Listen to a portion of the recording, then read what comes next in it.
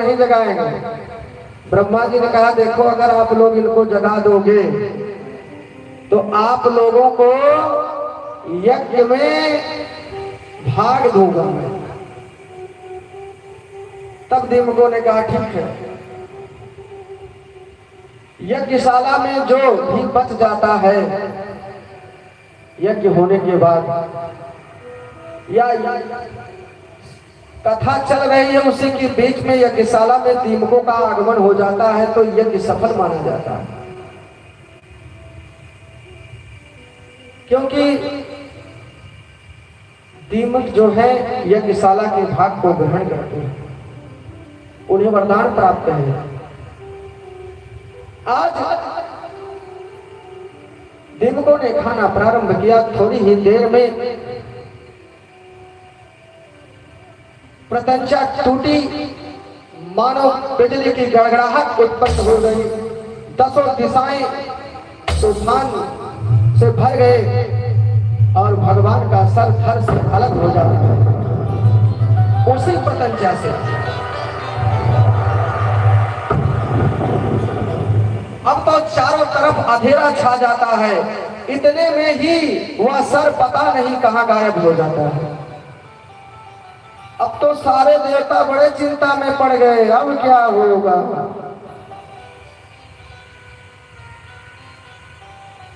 तब तो सभी ने देवी की स्तुति की। देवी ने कहा जा करके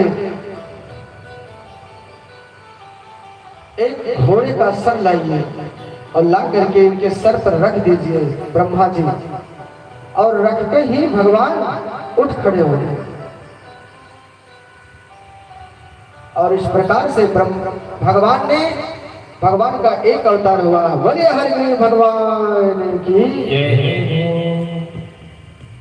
और फिर उस हरिग्रीव को मार करके भगवान ने वेदों को ले जा करके फिर किसको दिया?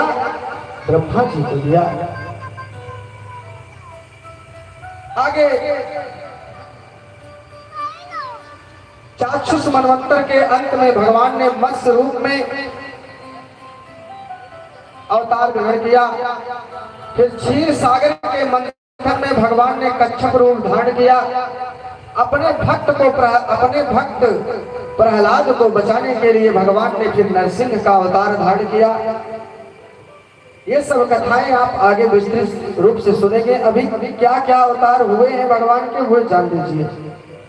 अदिति के पुत्र फिर वामन के रूप में भगवान का अवतार हुआ, जिसमें उन्होंने बलि को 3 पग में समस्त 2 पग में सब कुछ नाप लिया, त्रिलोकी नाप लिया। और जब तीसरा पग बचा तो कहा ये कहाँ रखूं? कहा भगवान ये बताइए कि दान देने वाला बड़ा होता है कि उसकी संपत्ति? तो भगवान ने कहा दान देने वाला बड़ा है। तो कहा हे प्रभु ये जो तीसरा पग है उससे मुझको नाप लीजिए। ऐसे बड़े भगवान के भक्त हैं। इस प्रकार से वामन रूप धारण किया। फिर नारद जी को उपदेश करने के लिए हंस के रूप में भगवान ने एक अवतार ग्रहण किया। फिर समुद्र मंथन में अमृत कलश को लेकर के धर्मंत्री के रूप में अवतार होता है भगवान का।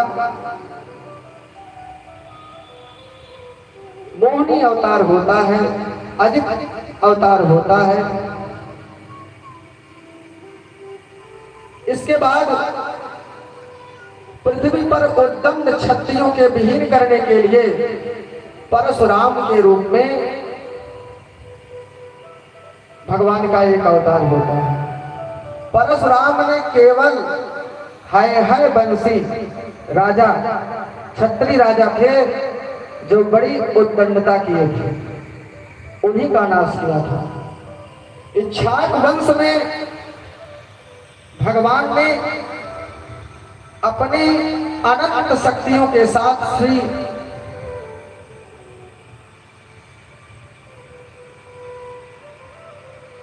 राम लक्ष्मण भरत शत्रुघ्न